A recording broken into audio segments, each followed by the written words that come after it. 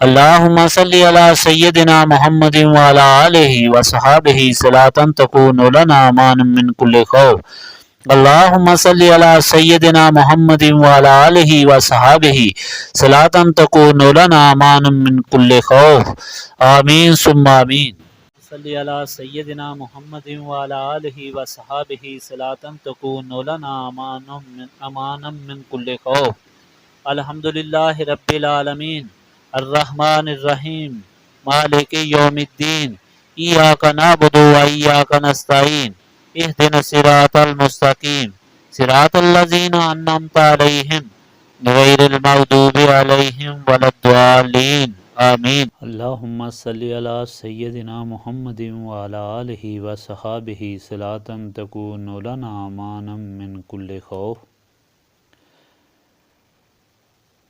ربنا آتنا فی الدنیا حسنۃ وفی الآخرۃ حسنۃ وقنا عذاب النار رب اجعلنی مقیم الصلاۃ ومن ذریاتی ربنا وتقبل دعا ربنا اغفر لی ولوالدی وللمؤمنین یوم یقوم الحساب اللہم انی ظلمت نفسی ظلما کثیرا ولا یغفر الذنوب الا انت فاغفر لی مغفرۃ من عندک وارحمنی انک انت الغفور الرحیم لا الہ الا انت سبحانک انی کنت من الظالمین ربنا لا تزغ قلوبنا بعد اذ ہدیتنا وہب لنا من لدنک رحمۃ انک انت الوہاب انت ولی فی الدنیا والآخرہ توفنی مسلما والحقنی بالصالحین رب اغفر وارحم وانت خیر الراحمین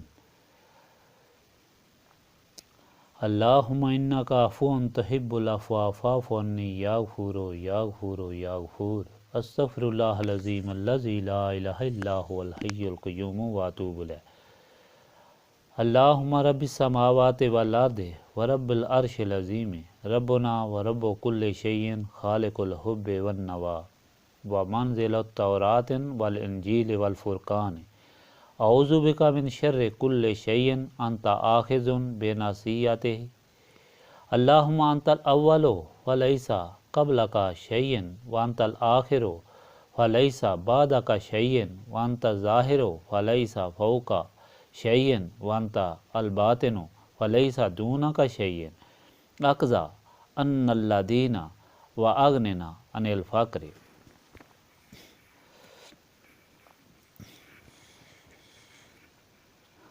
رب لا الہ الا انت سبحانک انی کنت من الظالمین لا الہ الا انت سبحانک انی کنت من الظالمین اللہم رحمتک ارجو فلا تکلنی الی نفسی طرفۃ العین واصلح لی حالی کلالہ لا الہ الا انت ربنا تقبل منا انک انت السمیع العلیم وتب علینا انک انت التواب الرحیم سبحانک ربک رب العزۃ عما یصفون وسلام علی المرسلین والحمد للہ رب العالمین